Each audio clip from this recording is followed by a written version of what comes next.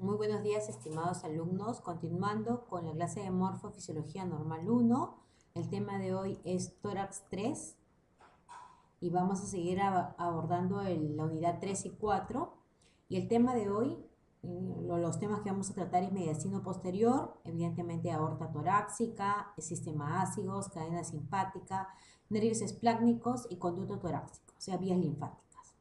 El mediastino posterior o mediastino póstero inferior, en él podemos localizar nosotros lo que vendría a ser el esófago con su plexo nervioso asociado y también el acompañamiento de los nervios vagos, la arteria aorta torácica y sus ramas, o conocido como arteria aorta descendente, el sistema de las ácigos, el sistema ácigos, el conducto torácico y los nódulos linfáticos, los troncos simpáticos o las cadenas simpáticas que tenemos al lado derecho e izquierdo respectivamente, y la formación de los nervios esplácnicos mayor, menor e inferior respectivamente, conocido como nervios esplácnicos torácicos. La arteria aorta torácica o descendente es la continuación del callado de la aorta. Sabemos que la arteria aorta nace del ventrículo izquierdo, asciende en una forma muy corta y luego comienza a la altura de T4 el inicio y el fin del callado aórtico. También tenemos conocimiento que del callado aórtico nos dan tres ramas: el tronco brachiocefálico, que a su vez da la arteria carótida primitiva o común derecha y la arteria subclavia derecha. Luego del mismo callado nace el segundo tronco, que es la arteria carótida primitiva o común izquierda, y el tercer tronco, que vendría a ser la arteria subclavia izquierda. De ahí, a la altura de cuando termina el callado de la aorta, que es a la altura de la cuarta vértebra torácica, desciende verticalmente lo que se conoce como arteria aorta torácica o descendente, ¿no? Esta desciende verticalmente a la izquierda de la columna vertebral y progresivamente se sitúa por detrás, ¿no?, en la línea media y luego hacia la derecha del esófago. Esta arteria aorta torácica va a tener relaciones anteriores, está en relación directa con el pedículo pulmonar izquierdo y con el nervio vago izquierdo. Posteriores va a estar en relación directa con la región prevertebral, las articulaciones costovertebrales izquierdas, el tronco venoso intercostal superior izquierdo y las arterias intercostales posteriores, a partir de la cuarta arteria intercostal posterior. Relación hacia el lado izquierdo va a estar en relación directa con la pleura mediastínica izquierda, con la vena hemiácigos superior e inferior respectivamente, ¿no? La cadena simpática izquierda a partir de T4 con los nervios esplénicos mayor y menor respectivamente. La relación derecha va a estar en relación directa con el cuerpo de las vértebras torácicas, con el borde izquierdo del esófago, con el vago derecho, con la cadena simpática derecha, con los nervios esplénicos mayor y menor, con el conducto torácico y con la vena ácigos mayor. Acá nosotros podemos observar a la arteria aorta torácica y vamos a describir algunas ramas. Entre las ramas de la arteria aorta torácica tenemos las arterias bronquiales, una arteria bronquial derecha y arteria bronquial izquierda. Las arterias bronquiales forman parte de lo que vendría a ser el pedículo pulmonar y a su vez van a ingresar a nivel del ilio pulmonar para ir a irrigar a los pulmones, porque hay que tener en cuenta que los pulmones tienen dos tipos de irrigación, una funcional y otra nutricia. La nutricia está dada por las arterias bronquiales que provienen de la arteria o que son ramas de la arteria aorta torácica respectivamente. Otras ramas de la arteria aorta torácica son las arterias esofágicas medias, que son de 3 a 4 ramas que se encargan de la irrigación del esófago en el tercio medio o en el esófago torácico respectivamente. Y luego también tenemos otras arterias que son ramas de la aorta descendente o torácica, que son las arterias intercostales posteriores, que provienen de la arteria aorta descendente o torácica. Las del lado izquierdo son de trayecto más corto y las del lado derecho son de trayecto mucho más largo. Acá podemos apreciar la arteria aorta torácica, donde nacen las arterias intercostales derechas, cuyo trayecto es más largo, respecto a las arterias intercostales izquierdas, cuyo trayecto es mucho más corto a la emergencia. Entonces tenemos que detallar, ¿de dónde nacen estas arterias intercostales? Según su origen, hay arterias intercostales anteriores. Las 6 primeras arterias intercostales anteriores provienen de la arteria torácica medial o arteria conocida como mamaria interna. La primera arteria intercostal lateral proviene de lo que vendría a ser la rama de la arteria toracoacromial o acromiotorácica. Y recuerden que la toracoacromial o acromiotorácica es una rama de la arteria axilar. Luego tenemos que la segunda y tercera arteria intercostal lateral es rama de la arteria torácica lateral o mamaria externa. Por otro lado, tenemos las arterias intercostales posteriores. Las arterias intercostales posteriores, las 9 últimas de estas arterias intercostales posteriores, son ramas de la arteria aorta torácica. Y las arterias intercostales posteriores, las 3 primeras ramas, ¿no?, de estas arterias intercostales posteriores son ramas de la arteria costa cervical. También tenemos que ser conscientes que a nivel de los espacios intercostales se van a dar circuitos anastomóticos. A nivel del primer espacio intercostal tenemos que las arterias intercostales anteriores, ¿no?, que son ramas de la torácica media, ¿no?, o medial, se anastomosa con la arteria intercostal lateral, que viene a ser rama de la arteria acromiotorácica o toracoacromial. También las arterias intercostales laterales, que es rama de la toracoacromial, ¿no?, se va a anastomosar con la arteria intercostal posterior, que es rama de la arteria costocervical. Respecto a los circuitos anastomóticos del segundo y tercer espacio, tenemos que las arterias intercostales anteriores, ramas de la arteria torácica medial, se anastomosan con las arterias intercostales laterales, ramas de la torácica lateral. Las arterias intercostales laterales, ramas de la torácica lateral, se anastomosan con las arterias intercostales posteriores, ramas de la arteria costocervical. ¿Y qué pasa a nivel del cuarto, quinto y sexto espacio intercostal? Las arterias intercostales anteriores, que son ramas de la arteria torácica medial, se anastomosan con las arterias intercostales posteriores, que son ramas de la arteria aorta descendente o torácica.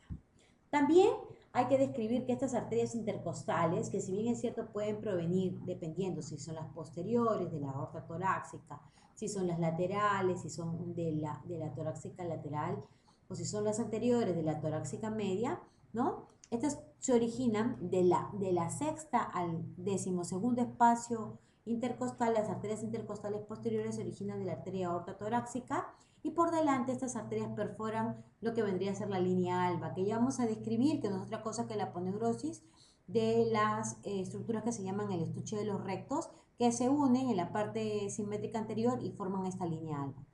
La séptima, octava y novena arteria intercostal está a nivel del epigastrio, la décima a nivel periumbilical y la 11ª y 12ª a nivel del hipogastrio.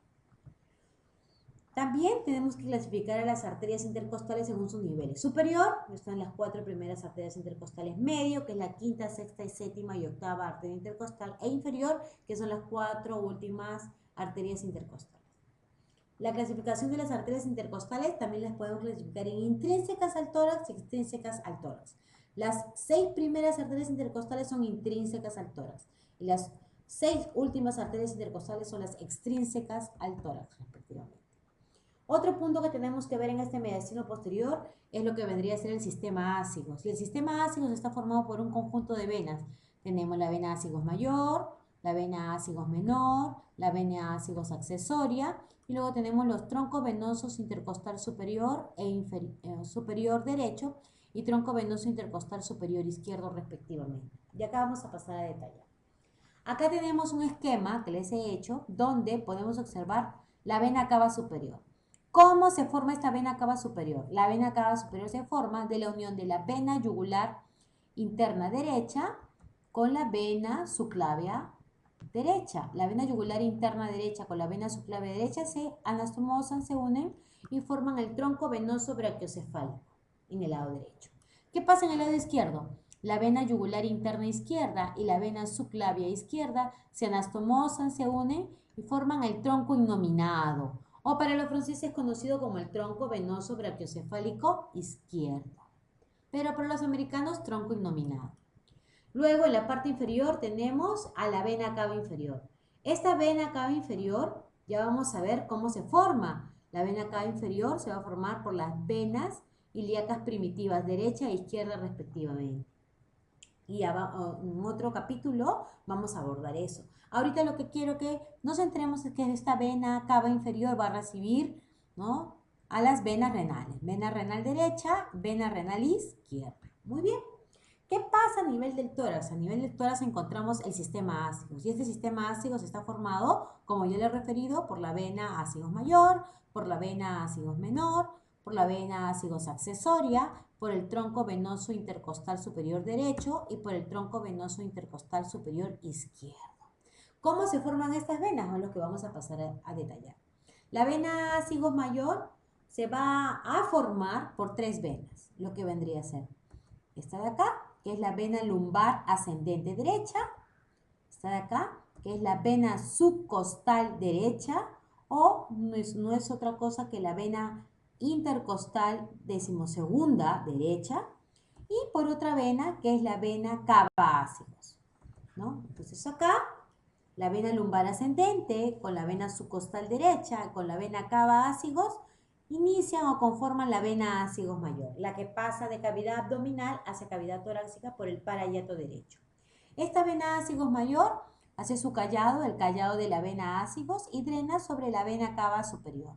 Pero esta vena ácigos mayor recoge, ¿no?, la sangre venosa de las venas intercostales del lado derecho, de la 11ª vena intercostal derecha, de la 10ª vena intercostal derecha, de la 9ª vena intercostal derecha, de la 8ª vena intercostal derecha, de la 7ª vena intercostal derecha, de la 6ª vena intercostal derecha, de la 5ª vena intercostal derecha y de la 4ª vena intercostal derecha. ¿Por qué? ¿Qué pasa con las primeras venas intercostales del lado derecho? La primera, la segunda y la tercera vena intercostal derecha conforman un tronco que se denomina el tronco venoso intercostal superior derecho.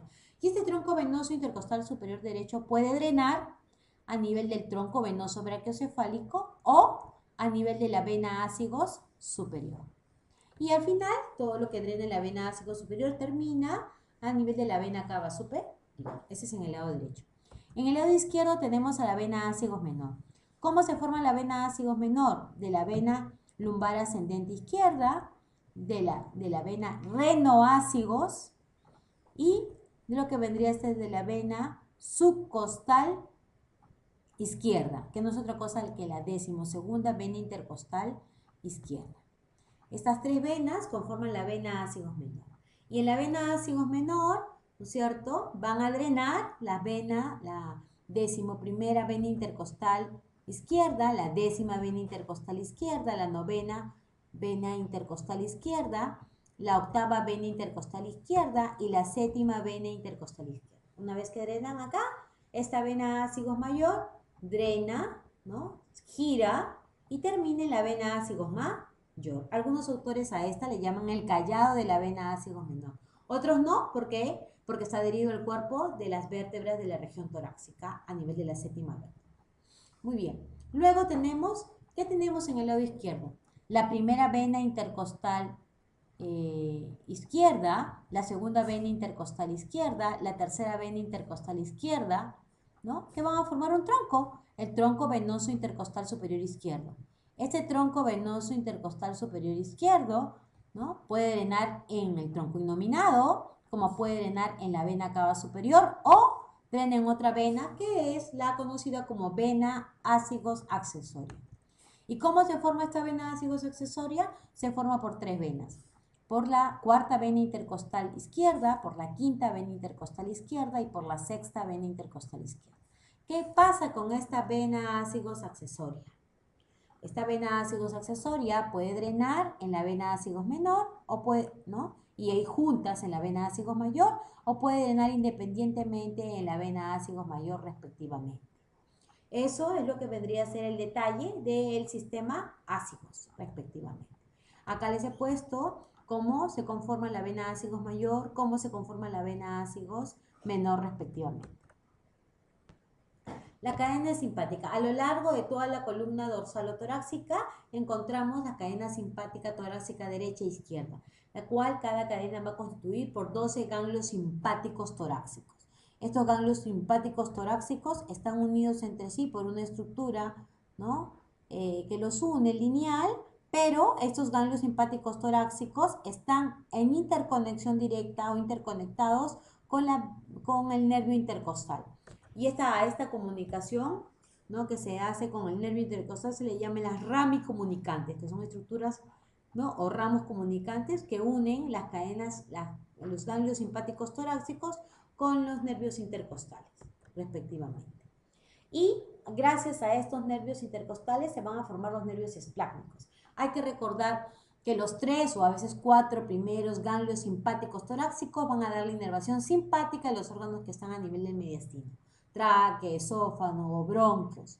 Y a nivel de la unión de lo que vendrían a ser los ganglios simpáticos torácicos, del ganglio simpático torácico, del cuarto ganglio simpático torácico al noveno ganglio simpático torácico, forma lo que se denomina el nervio esplácnico mayor.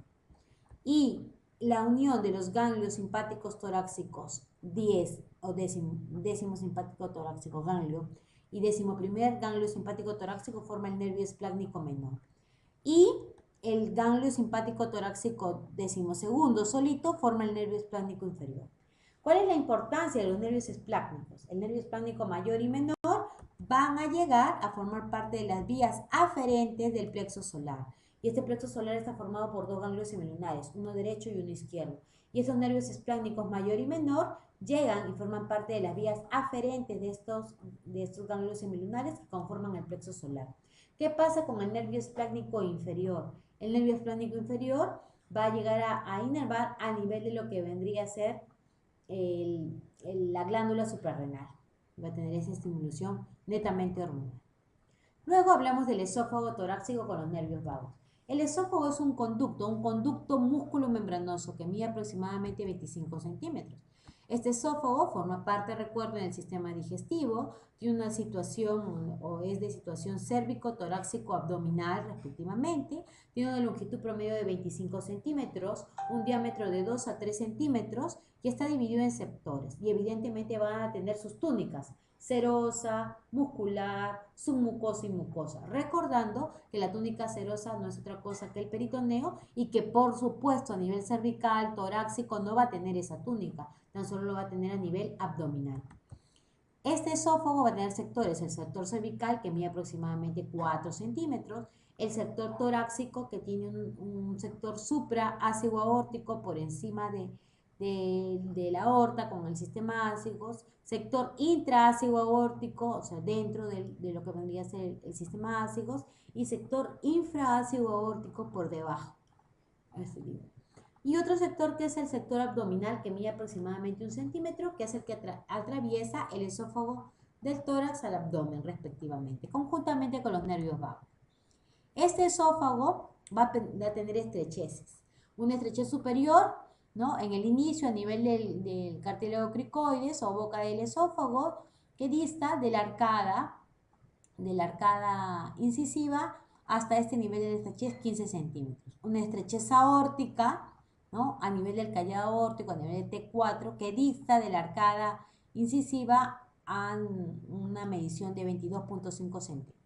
Una estrechez brónquica, ¿no?, en contacto con el bronquio principal izquierdo, que dicta desde la arcada incisiva un promedio de 27.5 centímetros. Y una estrechez inferior o diafragmática, ¿no?, que atraviesa el diafragma a la altura de la vértebra torácica décima y dista de 38-40 centímetros a nivel de la arcada incisiva respectivamente. Luego vamos a detallar también lo que vendría a ser el sistema linfático. Este sistema linfático está conformado por el conducto torácico y está conformado también por la gran vena linfática, ¿no? Acá vamos a ver el conducto torácico, dónde inicia y dónde termina, y la gran vena linfática. Hay que recordar que el conducto torácico prácticamente va a iniciar en una estructura que se llama la cisterna de Pequet o cisterna de Kilo, que está en cavidad abdominal a la altura de L2, L1, L2. Y esta cisterna de Pequet se conforma de toda la vía linfática de miembros inferiores, de abdomen y de pelvis respectivamente que drenan a ese nivel. Y de esta cisterna de Pequet nace lo que vendría a ser el conducto torácico, que asciende y pasa el diafragma de abdomen a tórax por el hiato aórtico, ¿no? Y pasa y va hacia el lado izquierdo, recoge toda la linfa, como estamos detallando acá, de la hemicabeza, hemicuello, miembro superior izquierdo, y drena en el ángulo yúgulo-subclavio izquierdo, o conocido como ángulo de Pirogov.